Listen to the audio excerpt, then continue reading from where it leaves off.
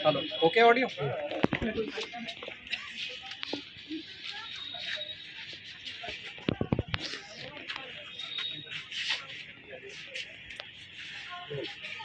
सुभाषपा लगातार अपनी पार्टी का विस्तार कर रही है, संगठन को मजबूत करने में लगी हुई है। हमारे साथ इस समय ओम प्रकाश राजभर हैं सुभाषपा अध्यक्ष। अध्यक्ष ये बताइएगा, जिस तरह से पार्टी का विस्तार लगातार आप कर रहे हैं, आज और एक साधारण यात्रा भी निकालने वाले हैं। देखिए, आज आपके सामने उमेश यादव के एडवोकेट के नेतृत्व में 50 लोगों ने, जिसमें प्रमोद सिंह यादव 3 बार से प्रधान हैं, निसार खां प्रधान हैं, अनीस खां प्रधान हैं, राहिल खां बीडीसी, अनिरुद्ध यादव पूर्व प्रधान, Vimal Saksh BDC, Dinesh Sankhwar BDC, Naresh Kataria BDC, Mohammad Rais, Shibu Fakir, Asif, Kamran, Rehan, इजाकत Ali, Shankar Lal Trivedi, Avjeet, Shiv Kumar, बटू पहलवान, सभासद परवेश यादव, विजय सिंह, सुमित यादव, उमेश सिंह, अरुण सिंह, शहबाज अली सहित अभी कुछ लोग आ रहे हैं। तो पार्टी की जो विचारधारा है, उस विचारधारा को लेकर के उससे प्रभावित होकर के आज लोगों ने पार्टी बनाई। हम सभी साथियों को धन्यवाद देते हैं कि आप लोगों को हमारी विचारधारा, पार्टी की विचारधारा अच्छी लगी और हम सब लोग मिल करके जो सावधान यात्रा का उद्देश्य है, हम लोग 26 तारीख को लखनऊ से इसका शुभारंभ करेंगे, जिसमें पूर्वांचल में 17 रैली होगी, पश्चिमांचल में 6, मध्यांचल में 8, बुंदेलखंड में। उसका उद्देश्य यही है, पहला है जातिवाद जनगणना।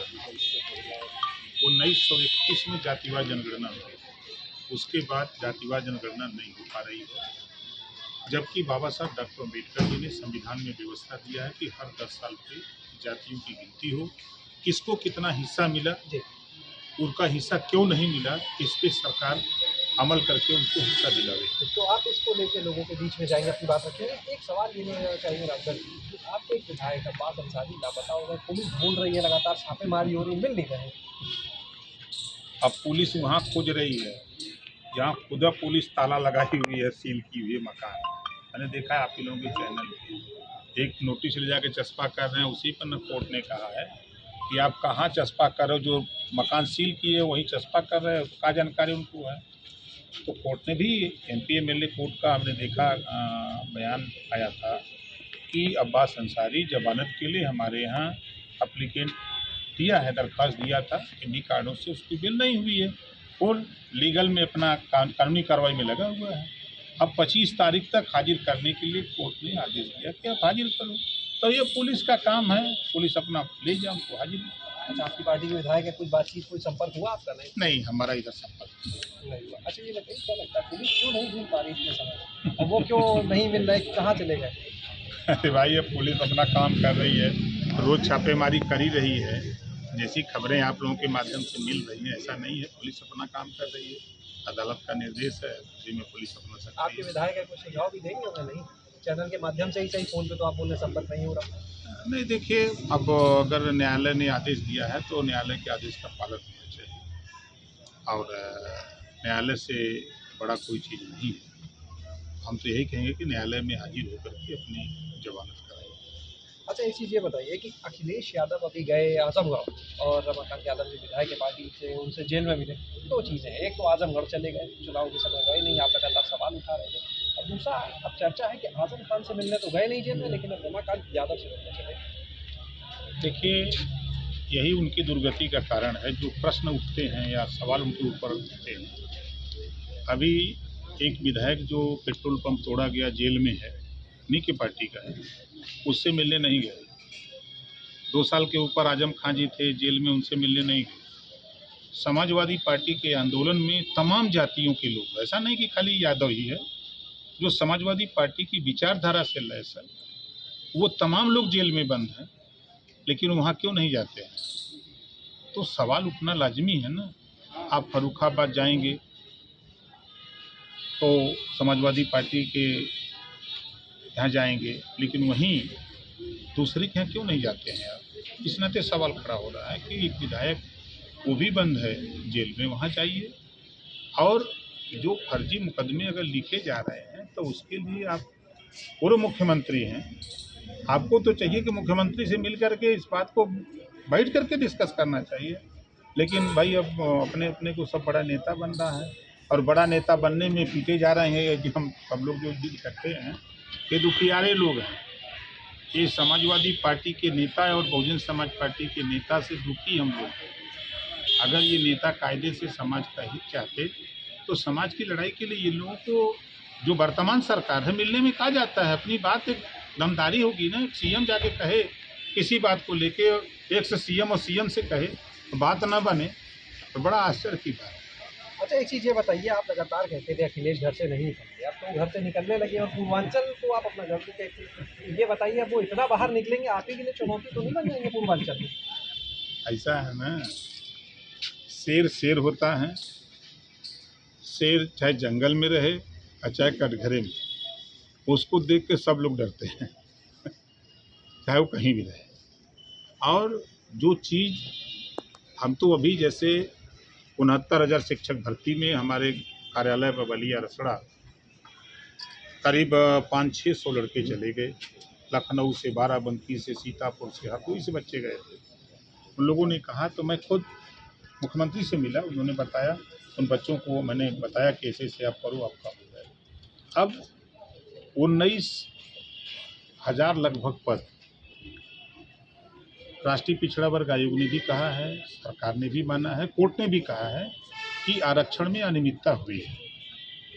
वो बच्चे भटक रहे हैं, हो सकता है हम समझाने में मुख्यमंत्री को फेल हो। तो ये मायावती जी और अखिलेश जी खाली वोट लेंगे? ये 19,000 लगभग बच्चों के भविष्य का है ना, वो आरक्षण के दायरे में आते हैं बच्चे, तो उनके लिए ये क्यों नहीं जाके मिलते हैं मुख्यमंत्री से? मायावती जी क्यों नहीं मिलती हैं? इनके ऊपर कोई आफत विपत आएगी तो फोनों से बतिया के सही भीतरा कर लेंगे। इन लोगों को चाहिए कि ऐसे मुद्दे पर बैठ करके, आज अखिलेश जी मुख्यमंत्री के यहाँ जाके बैठे किस मुद्दे पे जा रहे हैं तो पूरे प्रदेश में ना हड़कंप होगी और मुख्यमंत्री खुद उस पर एक्टिव होंगे। लेकिन ये लोग खुद नहीं चाहते हैं कि इन लोगों का भला हो। यानी आप कहना चाहते हैं आरक्षित वर्ग के जो लोग हैं उनके विरोधी हैं दोनों लोग? और क्या है, आरक्षित नहीं है, अति पिछड़े दलित वंचित समाज के विरोधी हैं। यही तैसी होते आज दुर्गति काहे को होती है।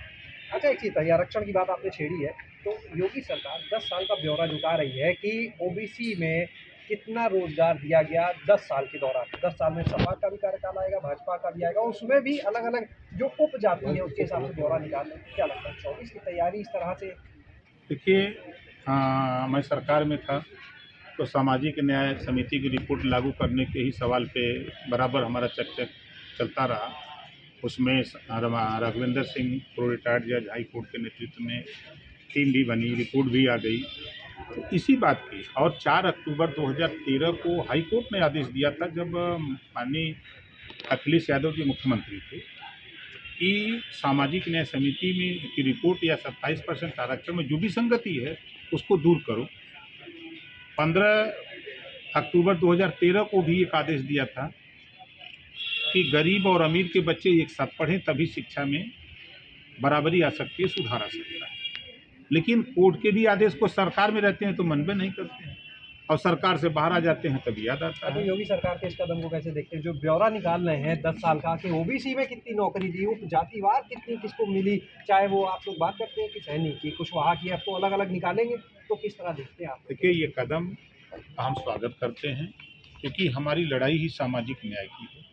जो सबसे निचली पायदान पे खड़ा व्यक्ति है उसको हिस्सेदारी मिले, रोजगार मिले, नौकरी मिले, शिक्षा मिले, स्वास्थ्य मिले, इन सारी चीज़ों को लेकर के हम लोग लड़ रहे हैं, तो उस कदम का हम स्वागत करते हैं। एक आखिरी सवाल, केंद्रीय गृह राज्य मंत्री अजय मिश्र टेनी ने कहा, जो राकेश टिकैत है, नेता है किसानों के, उनको कहा है 2 कौड़ी के आदमी हैं और सड़क पर कुत्ते भौंकते रहते हैं, गाड़ियों के पीछे दौड़ते रहते हैं। अब देखिए, अब उन लोगों का बयान, भाई बड़े लोग हैं, अब वो बयान का तर्क वितर्क वही दे सकते हैं। और जहाँ तक राकेश टिकैत का सवाल है, एक बड़े नेता हैं और किसी की हिम्मत नहीं है कि 13 महीना किसान आंदोलन चला दे। यहाँ 1 हफ्ता 15 दिन के बाद तो सेना भागने लगती है, भूखों मरने लगती है, तो घर लौट जाती है। और 13 महीना लगातार किसान आंदोलन, किसानों के सवाल पे आदमी डटा रहा, तो खिलवाड़ बात नहीं है। अगर वो नेता नहीं होता तो उसके उसके खिलाफ कोई नहीं बोलता। तमाम दूसरे भी राकेश टिकैत नाम के लोग होंगे, अजय लेकिन मिश्र टेनी के बयान को कैसे देखते हैं? नहीं, ये अच्छी बात नहीं है। अगर उन्हीं को राकेश टिकैत दी, उन्हीं उन्हीं की भाषा में अगर बोल दें तब उनको कैसा लगेगा? अच्छी भाषा नहीं है। एक मर्यादित भाषा का इस्तेमाल करना चाहिए। एक बड़े पद पे हैं, जिम्मेदार के पद पे हैं, देश में मिल करके सरकार चलाना है, ऐसा नहीं बोलना है। बहुत बहुत शुक्रिया बात करने के लिए। तो हमारे साथ में ओम प्रकाश आज़ाद जी, जिनका साफ तौर पर कहना है कि जो